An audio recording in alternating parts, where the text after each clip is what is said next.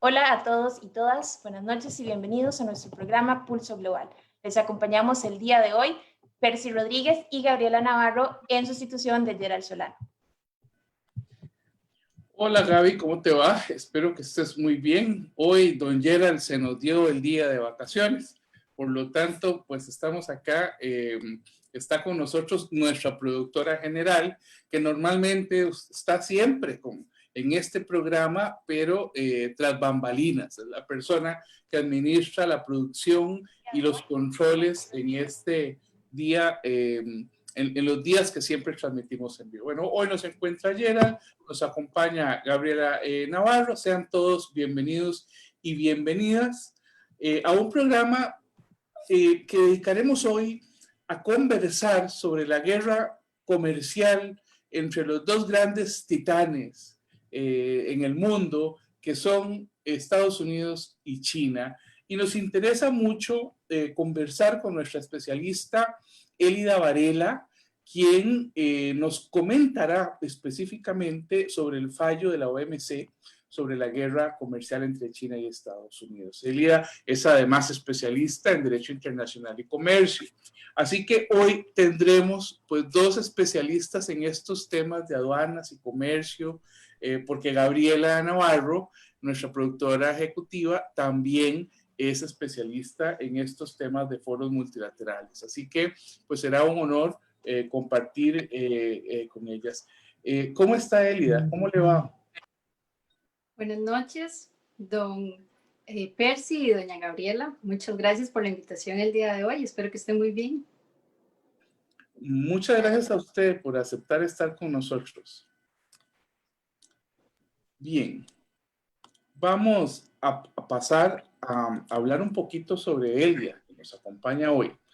Ella es, decía yo, especialista en el campo de Derecho Internacional y Comercio.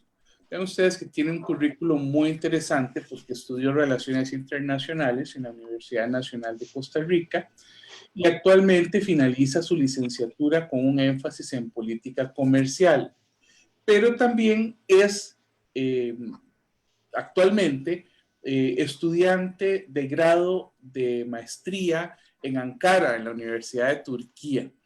Y ella está llevando en ese país un énfasis en derecho internacional con mención en derecho internacional del mar y marítimo, enfocado en temas de comercio y seguridad. Una disciplina, una especialización me parece muy interesante y pertinente para nuestro país.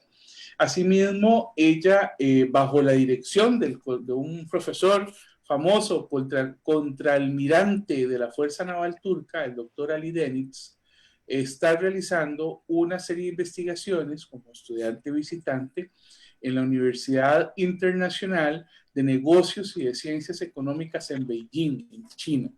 Ella ha estudiado como estudiante visitante, como investigadora en Beijing, en la Universidad de Beijing, y estudió también algunos temas sobre política de China, política exterior china, y participó también en el Instituto de Génova en Suiza con actividades de Naciones Unidas.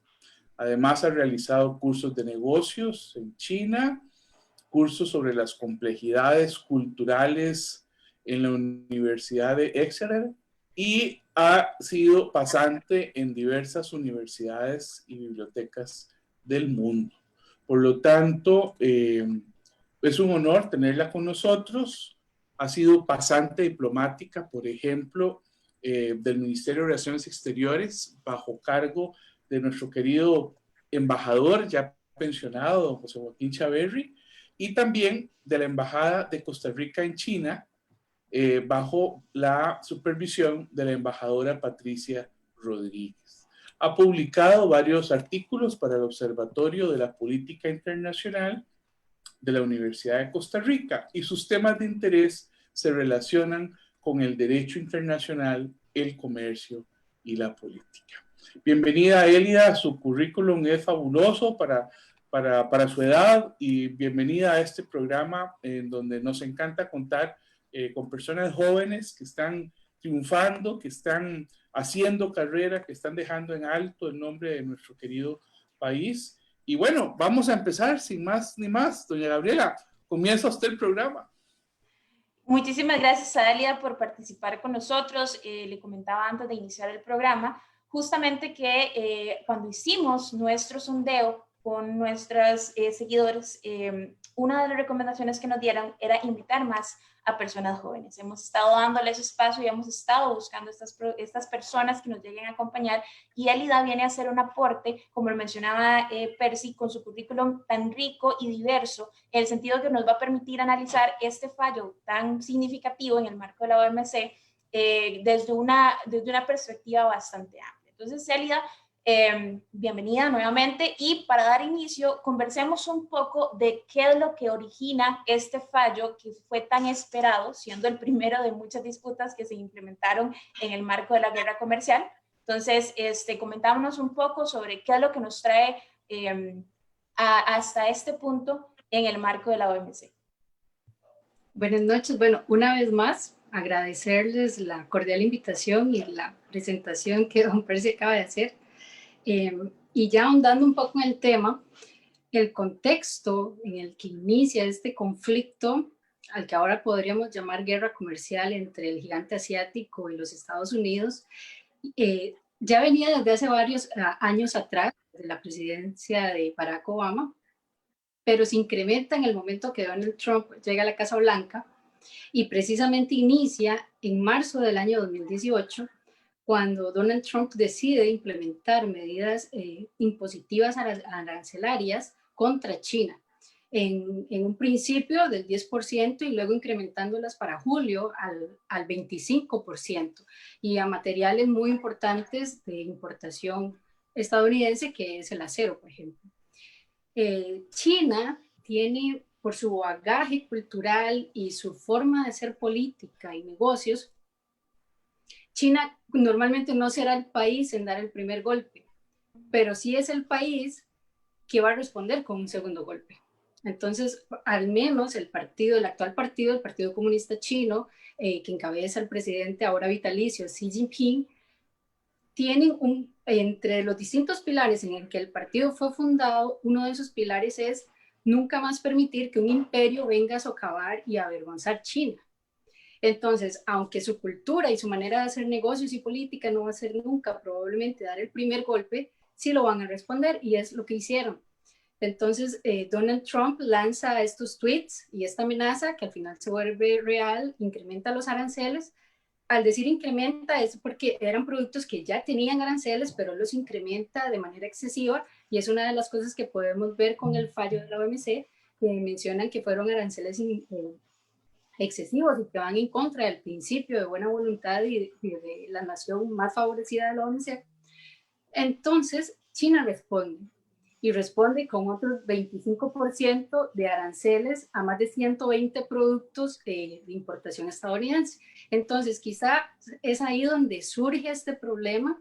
Donald Trump asegura que lo hace para proteger la moral pública de los Estados Unidos, algo muy curioso, y que después en el fallo la OMC asegura que no hay pruebas de esto, y luego se viene incrementando, como podríamos llamar una bola de nieve, el conflicto, que si se analiza desde una perspectiva más global, antes de ser un conflicto comercial, fue un conflicto político y sigue siendo un conflicto político que ya ha tocado distintas aristas, hasta el punto que ya ha tocado aristas tan sensibles como la diplomacia, por ejemplo, siendo Estados Unidos el primer país de nuevo en dar el primer golpe con un tuit de Donald Trump al mencionar que va a cerrar un consulado en la península de Sichuan.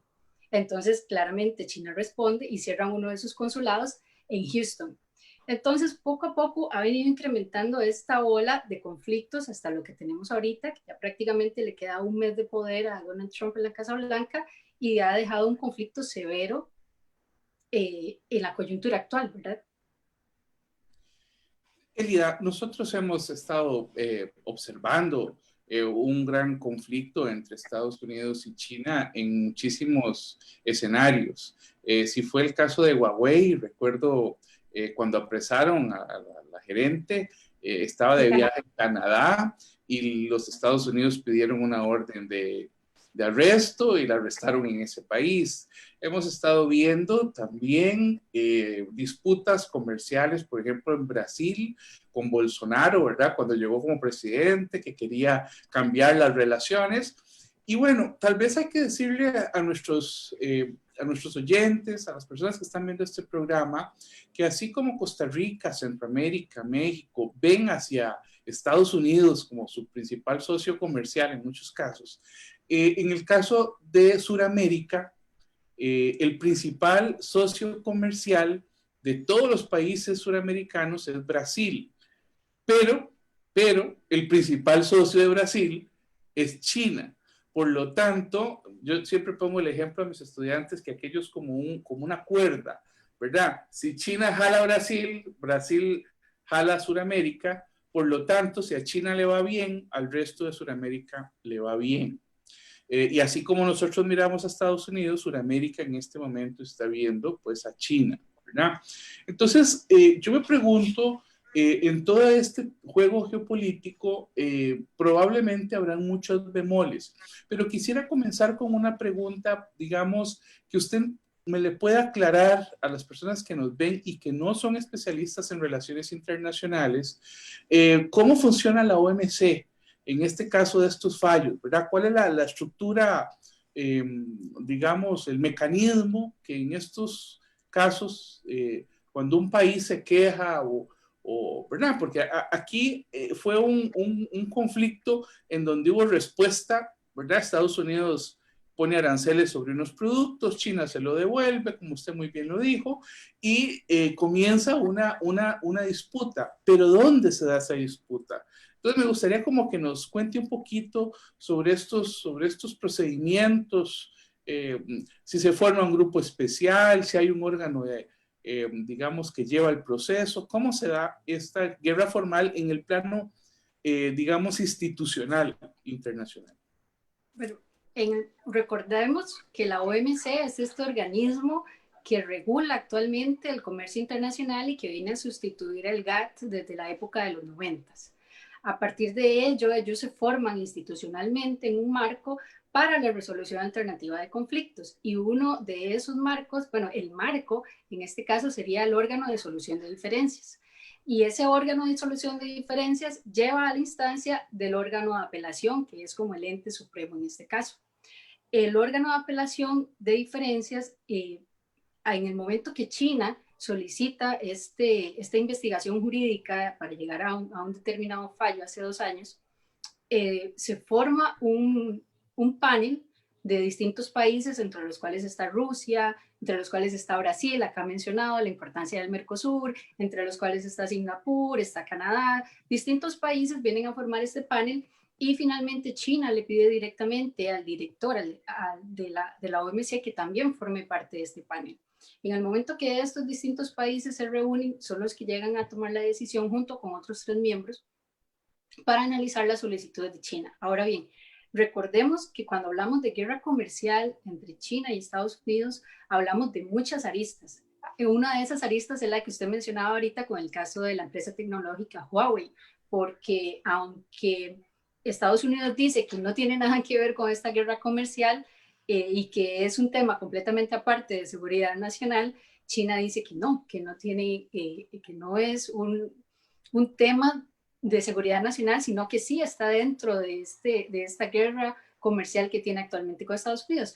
Entonces, elevan este caso en específico de los aranceles. Acá no se está juzgando, el fallo no está juzgando el conflicto, la guerra comercial que Donald Trump inicia en el 2018 en general, porque sería algo sumamente amplio, sino que está... el fallo tiene que ver relativamente con 2 puntos específicos, que es la lista número 1 de productos a los que se les impuso aranceles al 10% y luego la lista número 2 a los que se les impuso aranceles al 25%. Eso es lo que el fallo viene a analizar y que les tomó 2 años hacerlo. En el momento que ellos dan una respuesta, el 15 de septiembre, presentan este fallo, primero ante lo presentan en todas las versiones traducidas de los idiomas oficiales de la OMC ante los distintos países pertenecientes al panel, ya lo hacen público. En este momento está la opción de que los Estados Unidos apelen ese fallo y lo eleven a este órgano de apelaciones que les mencionaba ahorita. Y acá viene el punto crítico, porque nos encontramos en un vacío jurídico inmenso, porque para que el órgano de apelaciones funcione debe tener un mínimo de jueces. Y Estados Unidos, desde que, mucho antes quizás de decir que Donald Trump llega al poder, viene teniendo esta serie de conflictos con la OMC y han paralizado el nombramiento de los jueces en el órgano de apelaciones, que es el órgano superior en este caso para la solución de conflictos entre los países miembros. Entonces, actualmente no hay un órgano de apelaciones que pueda llevar a cabo este caso, que en el dado caso que los Estados Unidos quieran presentar una apelación. Entonces, prácticamente recordar que son estas dos listas las que el fallo viene a juzgar, y luego recordar que si Estados Unidos quisiera plantear una apelación, actualmente ellos mismos, Washington, tiene paralizado el nombramiento de jueces y ese órgano no está funcionando. Entonces, es acá cuando los expertos dicen, ok, esto en Ginebra va a tomar muchos años para solucionarse, porque hay que empezar por el nombramiento de los jueces de su órgano. Exacto, Elida. Y cuando hablamos de esto, a mí me pareció sumamente curioso el desarrollo de esta disputa como tal.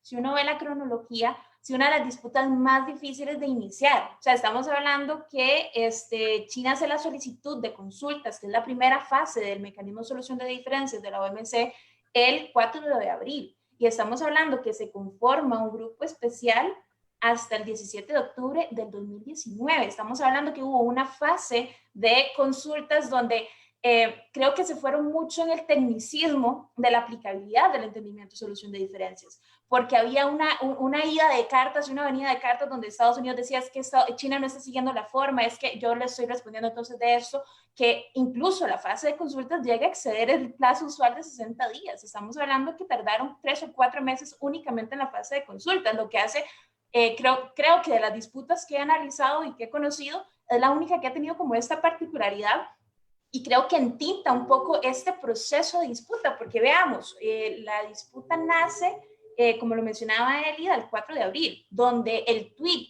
que da inicio a la guerra comercial, al menos en el tema de mercancías, sale el 1 de marzo del 2018, donde Donald Trump decía a viva voz en su tweet, como ya lo conocemos, que era injusto cómo se estaba manejando el tema del acero y el aluminio, que es lo que da inicio a los productos que dan inicio a este conflicto. Entonces, ver cómo este mecanismo es utilizado y es tergiversado de esta forma por ambos países, porque, a ver, no es algo que solamente Estados Unidos se lo estaba haciendo. Y me encanta el aporte que hace Delida, que muchas veces se peca en culpar únicamente al presidente Trump.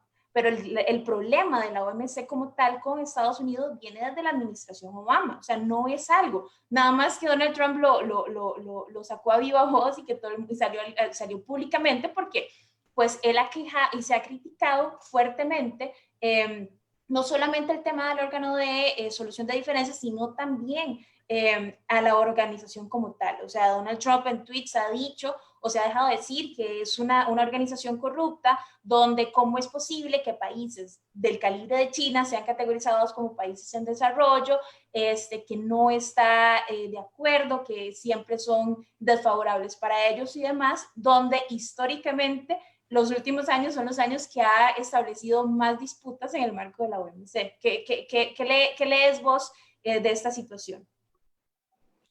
A mí me parece que es algo muy Donald Trump, ¿verdad?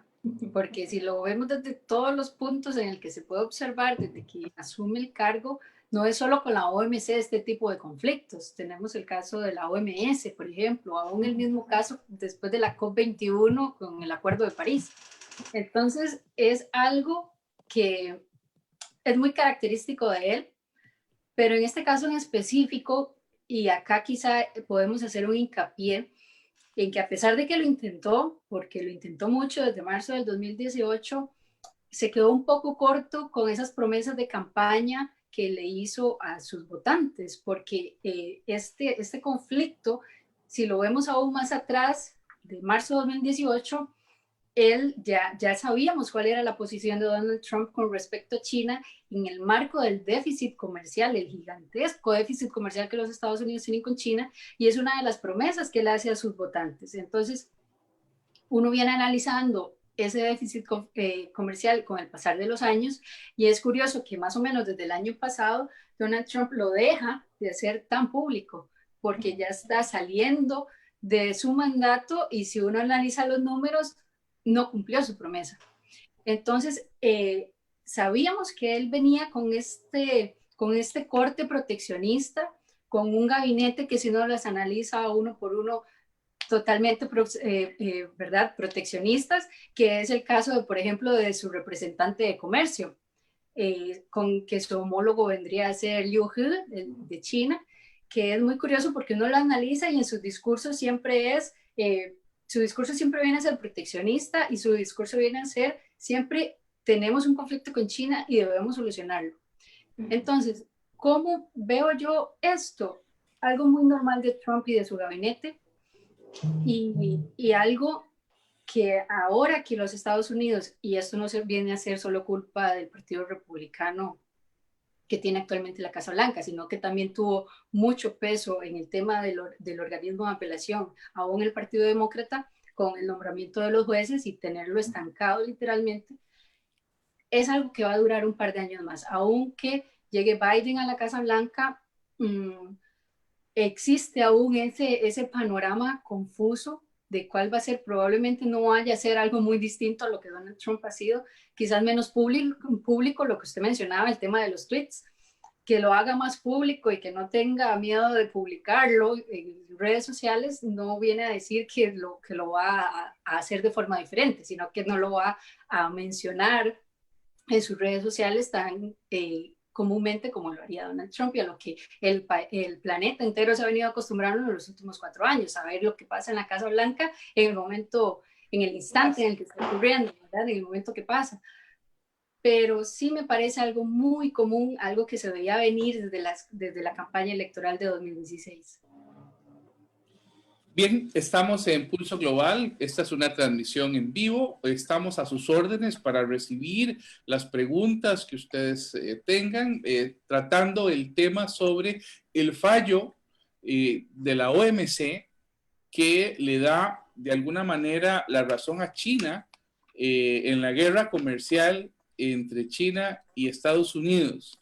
Esto hay que tenerlo como muy claro, porque uno pensaría que, bueno, la OMC siempre ha tenido buen prestigio en los tribunales internacionales. Normalmente cuando la Unión Europea o los Estados Unidos han perdido un fallo, han acatado lo que los tribunales y los grupos especiales, etcétera, de la OMC han dictado, ¿verdad? Es decir, recordemos, por ejemplo, el caso de textiles, Costa Rica, incluso el caso de los textiles con Estados Unidos, que Costa Rica pone una demanda junto con otros países centroamericanos y se gana, ¿right? Y Estados Unidos de alguna manera acata lo que dice la OMC. Lo mismo la Unión Europea con temas de banano. Ya en algún momento algunos países se habían quejado hace muchísimos años, y la Unión Europea acató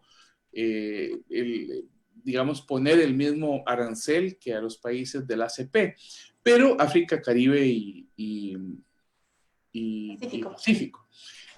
Bueno, el tema acá con Estados Unidos y con China, a mí me parece que ha llegado a una dimensión política importante. Aunque Biden tuvo en su momento alguna buena relación con China en el gobierno de Obama, sí en campaña notamos un discurso de él un poco más agresivo hacia China, quizás tratando de ganar el voto de algunas personas que se preguntan lo siguiente.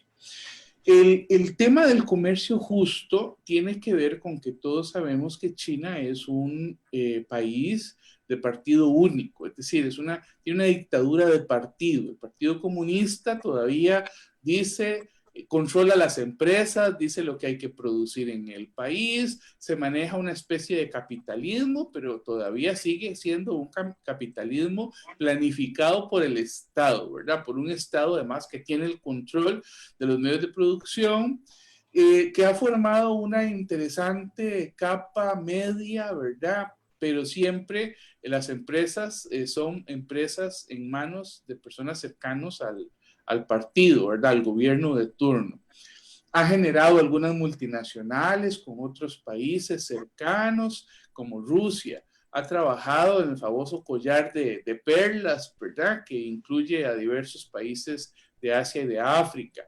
Ha estado trabajando el corredor, ¿verdad? Que pasa por el centro de Asia. Lo que podría incomodar incluso a Rusia en algún momento, lo hemos dicho por acá. Pero al final, cuando uno dice, bueno, ¿cómo hace negocios China? Uno se pregunta, bueno, China realmente genera precios, sabemos que China lo produce todo, puede producir todo, ya no con tan mala calidad como pensábamos antes. Antes se decía, ese es un producto chino, es malo. Bueno, pues no, ahora China está produciendo de todo y de muy buena calidad, ¿verdad? Es decir, la calidad ha aumentado. El problema con China, me parece a mí, no solo lo ha dicho Estados Unidos, sino la Unión Europea, es la parte obrero-patronal, es la parte de los derechos laborales. Es decir, si China paga malos salarios a los obreros, no les tiene las condiciones, las garantías laborales apropiadas, probablemente sus costos de producción sean muy bajos en relación con otros países como Costa Rica, que paga a mi criterio más bien una barbaridad, es como el otro extremo, ¿verdad? Es decir, tenemos un sistema de impuestos en los negocios, en las cargas impositivas muy altos, aunque sí un excelente sistema de seguridad social, gracias a mucho de eso. Pero bueno, estamos hablando de los dos extremos. En el caso de para Costa Rica, por ejemplo, producir algo es muchísimo más caro que para China. En el caso de Estados Unidos es lo mismo. Es decir, o los países europeos, que tienen que pagar seguridad social, que tienen que pagar cargas de impuestos, que tienen que contribuir a la sociedad, pero en el caso de las empresas chinas, pareciera que no es así. Entonces me gustaría saber su opinión, porque uno diría, bueno, parece que lo que planteó Trump, ¿verdad? Más allá de que sea Trump, ¿verdad? Parece que lo que plantea Trump en términos de comercio justo, uno hubiera pensado que la OMC le iba a dar la razón, ¿verdad? A lo que me parece que tal vez se equivoca en la forma, aplicando una ley de hace 50 años, ¿verdad? Pero bueno, uno no sabría a ciencia cierta cuáles son los beneficios que Estados Unidos al final pueda tener de todo esto. ¿Qué piensa usted sobre esta posición de los Estados Unidos con respecto a invocar, digamos, el tema de comercio justo? Me parece que más que comercio justo es una posición política. Me parece que tanto el caso como Huawei, como apelar al comercio justo, como apelar aún a la moral estadounidense, que me parece muy curioso, me parece más un tema geopolítico, en el sentido que en los últimos años, en la última coyuntura, se ha notado ese aumento en la posición hegemónica prácticamente que viene a tomar China y empieza en cierta medida a desplazar en algún contexto a los Estados Unidos. Entonces se encienden estas alarmas y entonces inicia todo un mecanismo, un engranaje de distintos fuertes para intentar socavar esa posición del gigante asiático, ¿cierto? Aún más si analizáramos el tema de la nueva franja y ruta de la seda, por ejemplo. Entonces, al momento de apelar Donald Trump al comercio justo, viene a ser hasta un poco contradictorio si se analiza y con detenimiento el mismo fallo, porque más bien se voltea la acusación y la OMC dice quien está violentando el comercio justo y quien está violentando el principio de nación más favorecida son los Estados Unidos, no viene a ser China.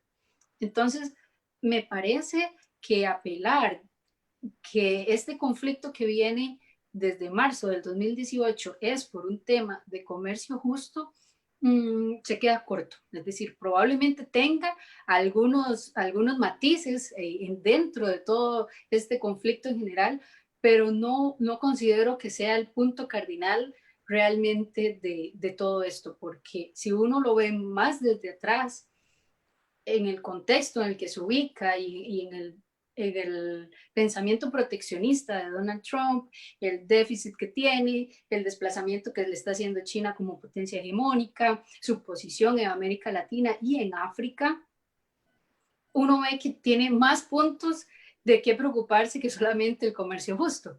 Además, hasta hace unos años, no podemos mencionar que hace una década atrás que China era el principal socio comercial de los Estados Unidos, no era así. Y ahora vemos a una China que tiene un déficit enorme con los Estados Unidos. Vemos a una China que ha aprovechado cada pieza en el tablero de ajedrez que los Estados Unidos han dejado vacíos en el plano estratégico en general para posicionarse ahí. Lo mencionaba ahorita usted con el caso de Brasil. Entonces, tiene un matiz, el conflicto tiene un matiz del que apela a Donald Trump, pero no es el único, porque podríamos traer, por ejemplo, el caso de Huawei. El caso de Huawei él apela que es a seguridad nacional y curiosamente era la única empresa y China que en este momento estaba logrando y que está alcanzando literalmente la tecnología 5G, por ejemplo. Entonces, es uno de los matices, pero no podríamos encapsularlo en que es solamente por eso. Claro, aquí recuerdo un poco el programa que compartimos Percy y yo en febrero de este año, que hablábamos justamente sobre el conflicto entre Estados Unidos y China, y conversábamos un poco de ese ascenso de China. O sea, estamos hablando que China marcó un hito en el 2001 con su incorporación en la Organización Mundial del Comercio, donde todo el mundo lo vio con recelo de decir, va a ser capaz de establecer esta economía de mercado siguiendo las leyes y siguiendo los principios justamente del comercio internacional y si se iba a poder apegar justamente por la dinámica que ellos tienen en sus adentros. Cuando vemos este ascenso chino, no es de sorprenderse que es una estrategia que tiene más de 30, 40 años en cocción. Estamos hablando que lo que vemos ahorita, al día de hoy, con resultados, no es algo que inició hace 10 años, hace 20 años, es algo que viene de la década de los 70, con las iniciativas de Deng Xiaoping y cómo esto se ha ido construyendo a conocer al monstruo que tenemos actualmente como China, como esta potencia que se está colocando a nivel internacional. Y como vos justamente lo mencionabas, en una oportunidad que tuve para participar en un congreso donde hablé justamente de la guerra comercial, cuando uno hace el análisis estadístico, uno dice tiene todo el sentido del mundo lo que está diciendo Donald Trump. ¿Cómo es posible que en cuestión de 10 años se volteara tanto? O sea, si nosotros hacemos análisis de las estadísticas de exportación e importación en el 2001 de China, China no era nadie en el mundo. Y ahorita actualmente se está colocando como uno de los principales exportadores e importadores a nivel mundial. Y la dependencia que ha generado Estados Unidos es lo que ha molestado a Donald Trump. Porque empezamos a ver que que Estados Unidos depende de China, más China no depende de los Estados Unidos. ¿Por qué? Porque China sí es el principal proveedor de Estados Unidos, pero Estados Unidos se coloca en el cuarto lugar de proveedor para China. Entonces, ahí es donde vemos justamente ese conflicto y que nos conversaba Elida al inicio, que da origen a esta disputa donde decimos, no, aquí me están perjudicando y estamos viendo como mi rama de acero y aluminio se está viendo perjudicada justamente por las importaciones de China y aquí lo que tenemos que hacer es poner aranceles. Entonces, Elida, recordemos un poco ya con el inicio que nos diste, ¿cuáles eran los alegatos que estaba manejando China en esta disputa? Bueno, en el momento, usted lo mencionaba muy claramente ahorita, desde 2001, que China viene a formar parte y a ser un miembro permanente en la OMC, el mundo entero lo ve con recelo, principalmente los Estados Unidos, y desde entonces han dado su opinión al respecto y su negatividad. Viene a formar parte de la OMC, inicia este conflicto que ya venía desde que China pertenece a la OMC prácticamente, pero sube a grandes escalas desde que Trump toma la Casa Blanca y lo que él alega, lo mencionábamos ahorita, son distintas aristas, en este caso el tema del déficit comercial, la seguridad, el robo de propiedad intelectual, en materia tecnológica, y, bueno, distintos campos de enfoque. Pero tu pregunta en específico con respecto a qué alega China, precisamente enfocándonos en el tema de la noche, que es el fallo de la OMC, China alega que, bueno, antes del fallo, precisamente, que no había ninguna prueba. Y hasta el momento, en temas, por ejemplo, como el caso de Huawei, no han podido dar ninguna prueba. Aunque mencionan que sí hay pruebas, es curioso porque dicen sí hay pruebas, pero está en investigación y no dan las pruebas. Ya han pasado 2, 3 años, siguen diciendo que hay pruebas, pero no las muestran por la supuesta investigación que se está llevando a cabo en los Estados Unidos. Lo que China alega es esta violencia directamente contra ellos en el marco del principio de nación más favorecida. ¿A qué nos referimos cuando hablamos de nación más favorecida? Nos referimos a que viene los Estados Unidos, imponen una carga de aumento de los aranceles a distintos bienes, pero lo hace solamente con una nación, es decir, es directamente China. Cuando esto empieza, la Unión Europea, por ejemplo, tuvo un poco de temor porque recién estaba llegando él al poder, recién estaba llegando a la Casa Blanca y no se sabía su grado, digamos, su decisión por imponer aranceles hasta dónde iba a llegar, ¿verdad? Impone a China y luego vienen países como la Unión Europea y dicen, ok, ahora probablemente siga con nosotros, hasta dónde va a llegar, ya que tiene un corte proteccionista y lo que quiere es imponer como cóctel de aranceles. Ya nos damos cuenta que no, que era un caso directamente con China. Entonces, ¿qué apela China? Primero, que no tienen pruebas. Y es una de las cosas que menciona el fallo. No han dado pruebas. Los argumentos no eran suficientemente coherentes. Por ejemplo, en el caso específico de apelar, que estaban yendo en contra de la moral estadounidense, alegando una ley que es de 1974 y que no tiene precedente, nunca se había usado para materia como esta. Y luego China dice, ok, no tienen pruebas, violentan el comercio justo y violentan el tema del principio de nación más favorecida, porque no es un tema que no es una imposición que hacen con distintas naciones después de todo un análisis y con pruebas, sino que es únicamente con nosotros, digamos, el problema es directamente con nosotros. Y luego de esto parte, cuando un país quiere aumentarle los aranceles a otro país, deben primero elevarlo a las instancias que mencionábamos ahorita de la OMC. Cuando pasa por distintos procesos, se ve si esos aranceles se aprueban o no se aprueban y se da un fallo al respecto. Lo curioso es que Donald Trump se brincó todo eso. No llevó nada de estas dos listas, la lista 1 que mencionábamos del 10% y la lista 2 del 25%, no las elevó a la OMC, simplemente dijo, va a ser así, y así fue. Entonces, es muy curioso porque de lo que mencionábamos ahorita, en estos últimos 10 años, China ha venido trabajando más que con una inclinación de soft power, con smart power. Entonces, mencionabas, hace un par de años no era nadie y ahora le pisa los talones a la potencia hegemónica actual desde la Guerra Fría. Entonces, es esa preocupación de los Estados Unidos y es esa smart power que mencionamos aquí, porque tenemos a un presidente que dice la OMC no sirve y no debemos usarla y debemos estancarla, no nombrando nuevos jueces, y tenemos a un país como China que se empieza a posicionar como líder, que dice yo respeto las normas de los organismos multilaterales y Estados Unidos debería hacer lo mismo, que fue lo que respondió después de que Donald Trump mencionó que el fallo no tenía ninguna relevancia jurídica y China le dice, nosotros respetamos los fallos de la OMC y Washington debería hacer lo mismo. Entonces los demás países lo toman como, oh, es el líder serio que necesitamos. Sí, totalmente de acuerdo con vos.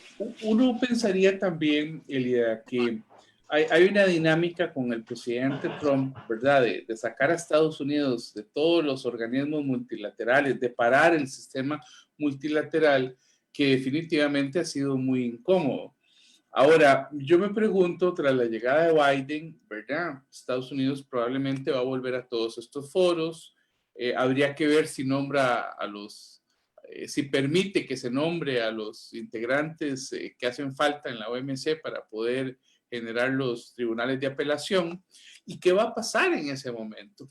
Ahora, antes de ello, quisiera recordar que estamos transmitiendo en vivo hoy con nuestra especialista Elida Varela, especialista en Derecho Internacional y Comercio, y queremos saludar a Jimena Díaz, que nos dice buenas noches, a Espacio Global desde México, que nos dice buenas noches, saludos desde México. Andrés Chico nos dice buenas noches, sin duda alguna la OMC necesita una seria reforma en su estructura para resolver las controversias comerciales. Elida, ¿necesita una reforma para resolver las controversias comerciales? Le dejo la pregunta ahí. Saludamos a Sergio Jiménez Rodríguez, a Jocelyn Salazar Chacón, a Luis Carlos Gómez, a Johnny Moreira, a Juan Carlos Bermúdez, a Pamela Ledesma, a Willy Zelaya, Víctor Rodríguez, a Rocío Galeano, a don Ronald Víquez. Pregunta Luis Carlos Gómez.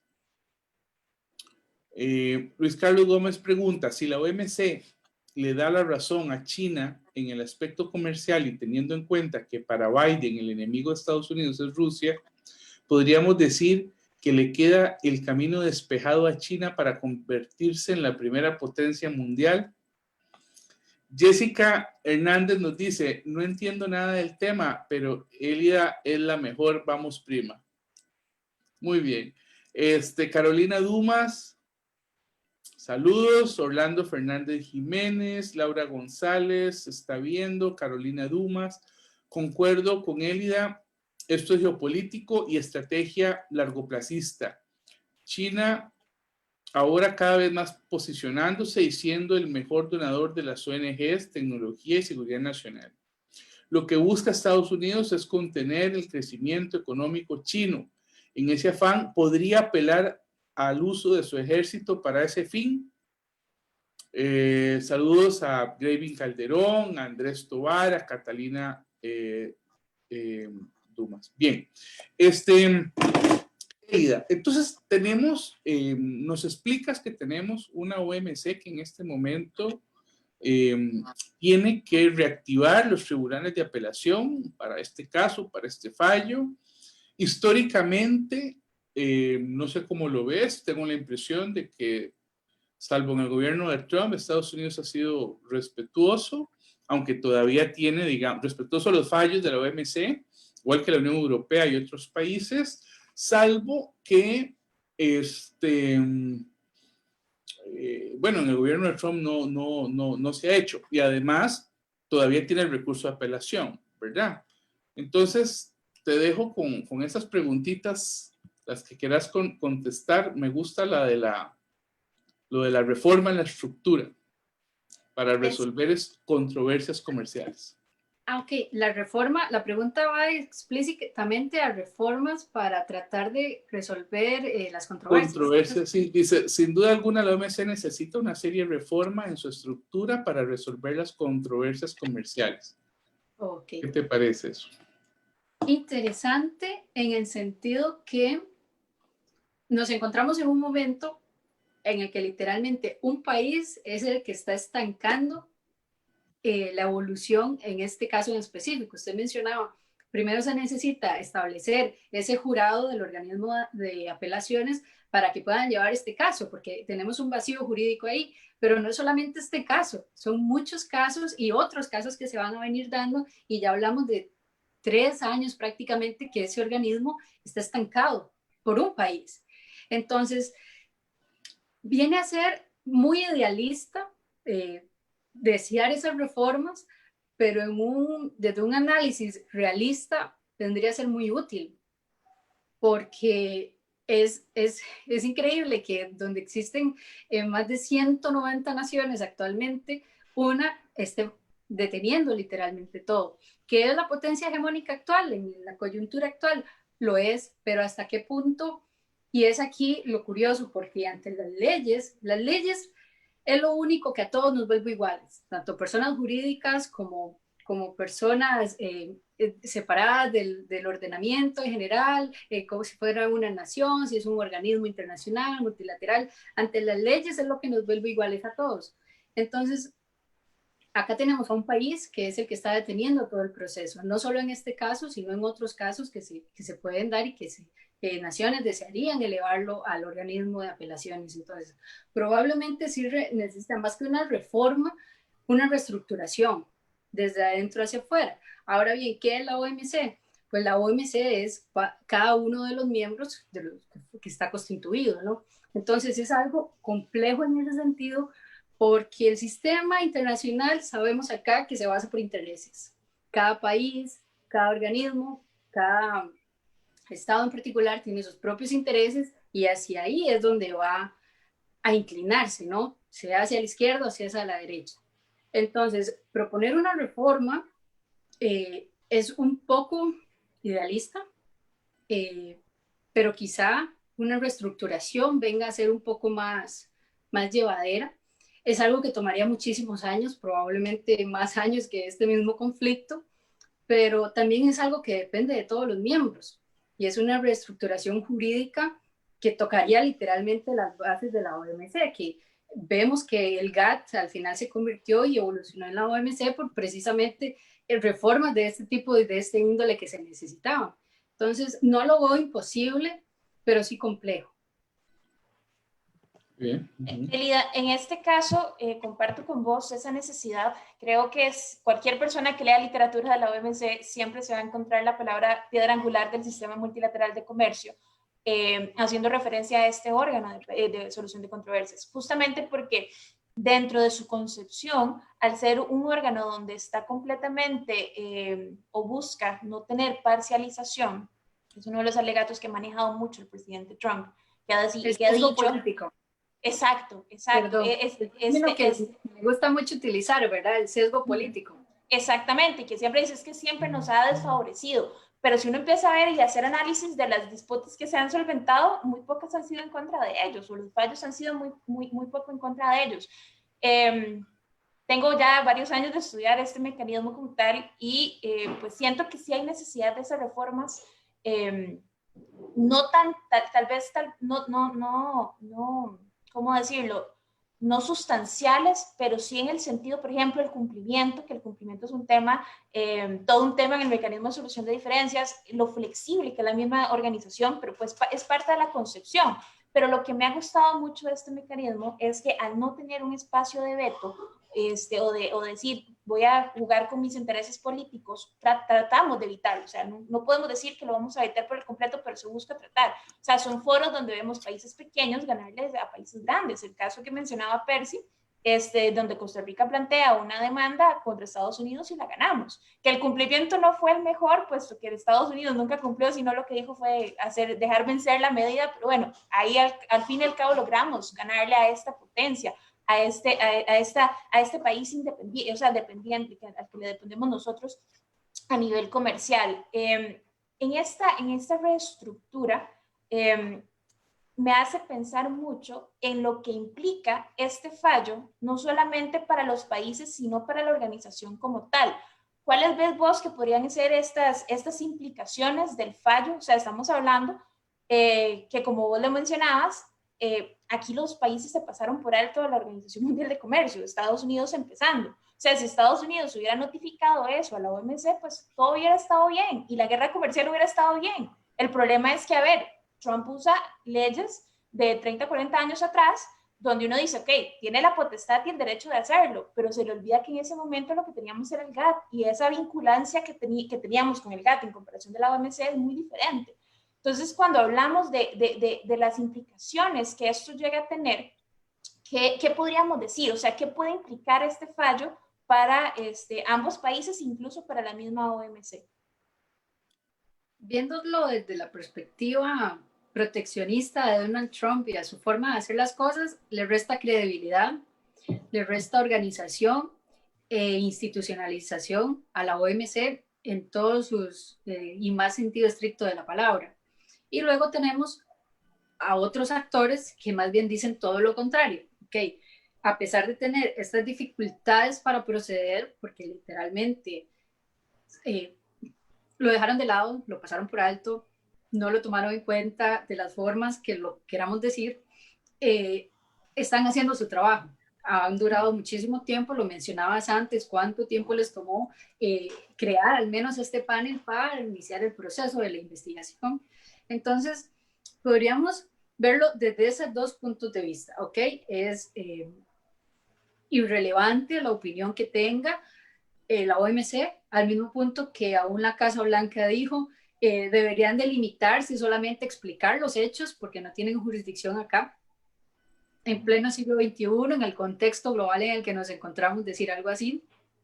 O luego tenemos la otra cara de la moneda, que sería, ok, a pesar de que aún la misma potencia hegemónica quiere estancar el proceso y los procesos y el debido proceso en este caso, ha venido funcionando y aún se mantiene a flote y aún hay muchos países que creen en esa institución como tal y en esas regulaciones al comercio internacional. Y de nuevo podríamos mencionar el caso de China, que fue muy curioso que en el momento que se da el fallo, el representante de comercio de Donald Trump y Donald Trump dicen, bueno, tuitean que es irrelevante y que siempre han querido de alguna forma tratar negativamente a los Estados Unidos. Y al mismo tiempo tenemos un informe oficial del Ministerio de Comercio Exterior de China diciendo, ok, acatamos los fallos de la OMC porque nos mantienen en orden y en comercio justo a todos. Entonces considero que son las dos formas en las que se podría ver el papel de la OMC. Son probablemente las dos principales perspectivas desde las que se podría analizar la posición de la OMC en este caso y en la coyuntura actual en general. Claro, donde incluso vemos una inversión de los roles. Si nos devolvemos al 2001, donde Estados Unidos juega un papel trascendental en el ingreso de China a la OMC y que se quejaba mucho y eran los principales que decían y eran muy escépticos en la aplicación de los principios del comercio multilateral, estamos hablando que Estados Unidos está incumpliendo los principios básicos, como es la nación más favorecida y el principio de consolidación. O sea, estamos diciendo que está violando la base de lo que es el GATT como tal, donde teníamos a la contraparte que ahora es el que está diciendo, nosotros sí estamos cumpliendo, pero son ellos quienes una vez nos criticaron a nosotros. O sea, incluso este fallo se llega a jugar y vos tenés toda la razón y ya nosotros lo hemos conversado a lo largo de varios programas que hemos tocado el tema. Esta guerra comercial trasciende, o sea, trasciende a otros temas y que hay un trasfondo muchísimo más grande del meramente comercial, que ahorita tenemos un fallo, que vos bien lo decías, queda dándole el favor o dándole el fallo a favor de China, pero que las implicaciones para Estados Unidos pues no serán tan trascendentales porque todavía quedamos con un proceso. ¿Percibas a decir algo? Bueno, cambio el tema por una pregunta. No sé si Elia quisiera comentar algo de lo que acaba de decir Gaby, ¿no? ¿Sí? Vamos con la pregunta. Sí, señor, por supuesto. Perfecto. César Poblano desde México nos dice, ¿qué papel jugaría el nuevo Banco de Desarrollo y todo lo que implica geopolíticamente, que es patrocinado principalmente por China, refiriéndome a hacer contrapeso a la OMC e inclusive donde países europeos voltean a ver dicho banco como alternativa? Bueno, él se está refiriendo, bueno, para las personas que nos están escuchando, digamos, a un banco que ha creado China con algunos socios, sobre todo de Asia-Pacífico, donde de alguna manera está tratando de jugar un contrapeso más que a la OMC a Estados Unidos como socio financiero, ¿verdad? Y los organismos tradicionales internacionales de Bretton Woods. Pero me parece interesante esta pregunta, Elia, porque dada la experiencia que vos has tenido como especialista en Beijing, que has estado en esos países, que tenés amplio conocimiento de lo que se percibe, de lo que está sucediendo ahí, contanos un poquito cómo ves este desarrollo de China en Asia-Pacífico. De alguna manera abarca el mundo, ¿verdad? Pero desde la perspectiva de una persona que ha estado ahí, que lo ha seguido, que ha estado con profesores de la zona, contanos un poquito. Bueno, con respecto a la pregunta en específico, considero que quizá no es el enfoque o la intención propiamente, hablábamos de intereses, ¿verdad? Probablemente no el interés principal con el objetivo del banco, quizá el banco iría más relacionado a temas de finanzas y de cooperación internacional como tal, quizá más cercano al marco, por ejemplo, de la nueva iniciativa de la Franja y Ruta.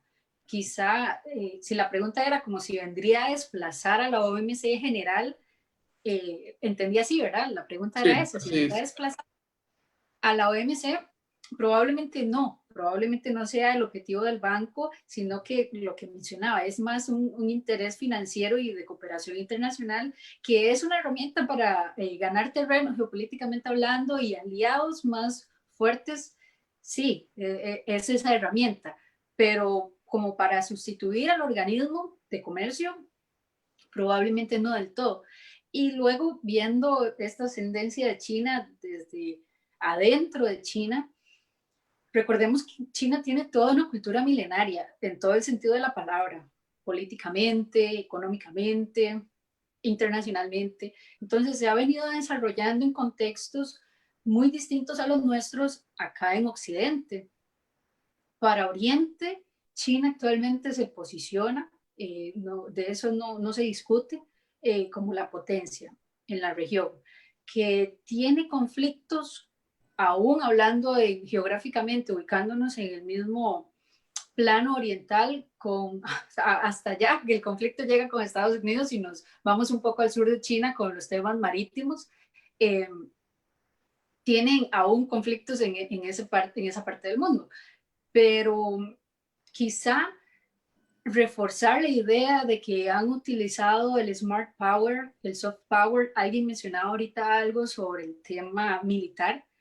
Eh, Siempre el tema militar va a estar en cualquier discusión en esta materia.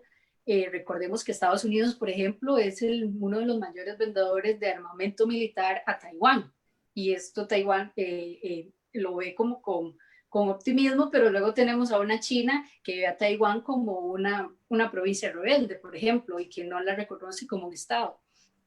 Entonces acá ese conflicto, si queremos hablar de temas militares, ver a Estados Unidos como uno de los mayores proveedores de armamento militar a Taiwán, pero que se vaya a incurrir en una guerra específicamente por esta materia, quizá no es la dirección que vaya a tomar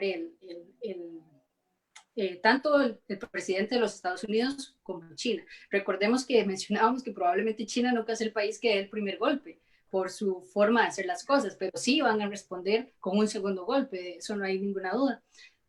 Pero hablando militarmente, considerar que esto se le va a elevar a esas instancias, probablemente no.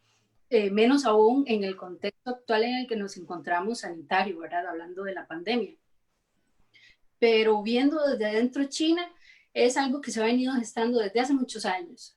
Creer que esto es algo reciente, creer que este auge de China empezó hace 5 años o durante la campaña de Donald Trump, no es esa la realidad. La realidad es que aún desde antes de pertenecer a la OMC, que lo aceptaran como un miembro permanente, China ha venido trabajando poco a poco desde sus engranajes internos para luego tirarse al mundo, y lo han hecho de una forma en la que han aprovechado cada espacio vacío que ha dejado, en este caso, la potencia hegemónica que es Estados Unidos, ¿verdad? En el nivel internacional, en muchos espacios geográficamente.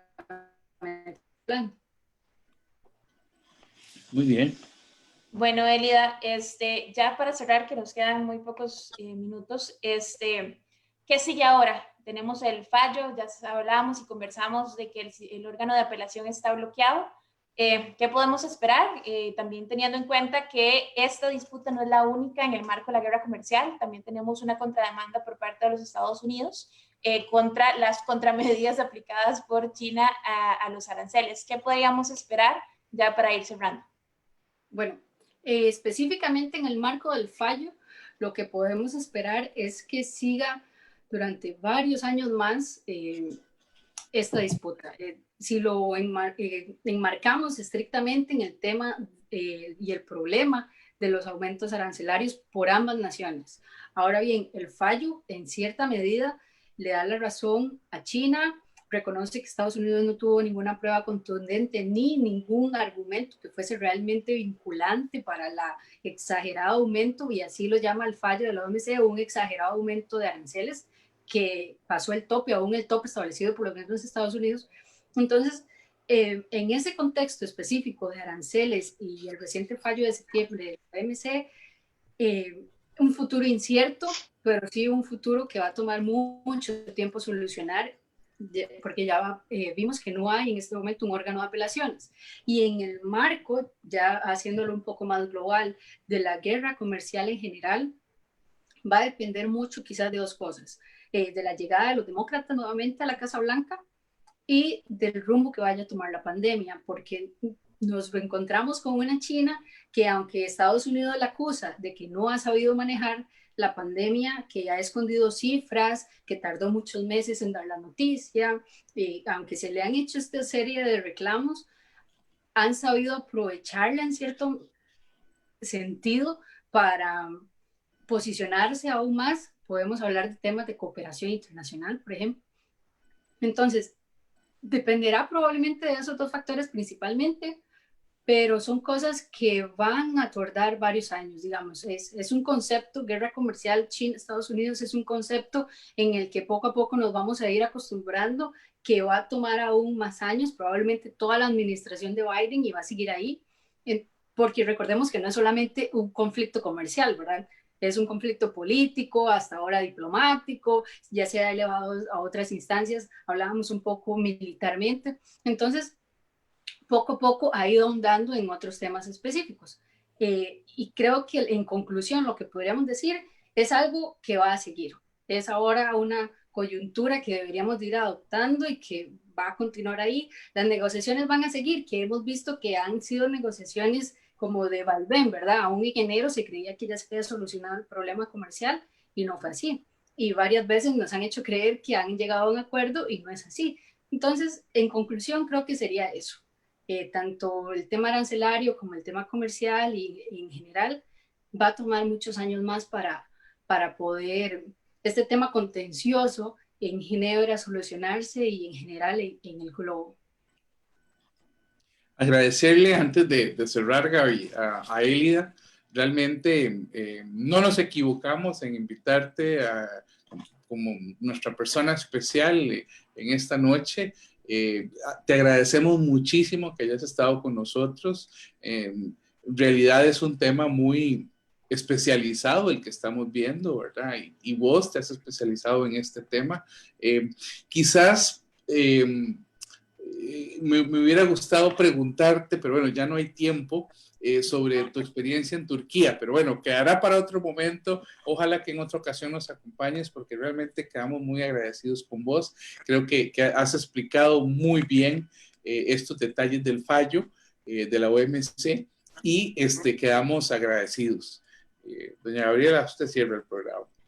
Nuevamente reiterarle a Elida el agradecimiento de parte de la producción, en este caso que me toca hoy estar en cámaras. También aprovechamos el espacio para invitar a nuestra audiencia para el próximo programa, que será el programa de cierre del año, donde vamos a estar haciendo nuevamente un programa de preguntas y respuestas. Así que los esperamos, que nos dejen sus preguntas sobre temas que hemos abordado a lo largo del año, así como preguntas de temas que hemos obviado y que han estado o han sido de su interés. Así que, por favor, estén atentos a nuestras redes sociales para que puedan compartir con nosotros nuestro próximo programa, que será el programa de cierre del año. Entonces, hemos llegado al final de nuestro programa del día de hoy. Les agradecemos que nos compartan en sus redes sociales, que nos dejen sus comentarios y pues que nos sigan y nos acompañen en las próximas ediciones. Elida, nuevamente reiterarte el agradecimiento. El agradecimiento es mío a ambos, muchas gracias por la invitación y agradecida porque en general fue un tema muy exquisito, si lo podemos llamar de alguna forma, interesante, y fue una conversación bastante enriquecedora. Entonces, agradecerles el espacio, la invitación tan amena que hicieron y esperando estar en contacto con ustedes. Muchas gracias, Elia. Y agradecemos a nuestros patrocinadores, Inred Consulting, Editorial Iscandé y Gráfica Creativa por su apoyo para que este espacio sea una realidad. Agradecemos a nuestra productora ejecutiva, Gabriela Navarro, a Marcela Alán en la difusión de las redes sociales y el soporte del equipo técnico. Que tengan una buena semana y los esperamos el próximo jueves con nuestro último programa del año antes de irnos unos días a vacaciones. Así es, buenas noches, que tengan muy buena semana.